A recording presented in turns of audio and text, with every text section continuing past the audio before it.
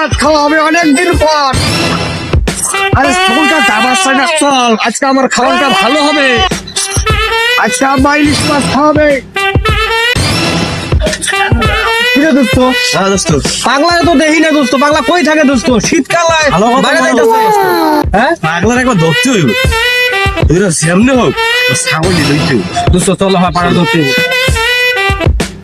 দোস্ত পাইছি। হ্যাঁ দোস্ত কি?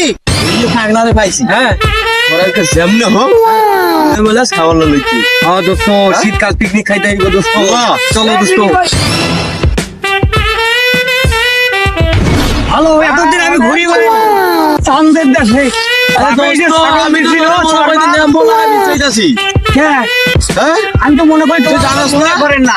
আমরা তো পিকনিক খাবো। ও দোস্ত মনে তো নাই, কিন্তু পিকনিক খাবি তুই? না আরে খাও ছাগল দেওয়া লাগবে না। ছাগল দিতে আমাকে ইলিশ মাছ দিয়ে পেট ভরে ভাত খাওয়া। আরে ইলিশ কা, ইলিশে বড়া পিকনিক। আরে দোস্ত একটা বিড়ি খাওয়া লাগবে না। আমি খাওয়া লাগবে না। বিড়ি খাবি? তোদের কাছে মাছ আছে, আমি যাবো না।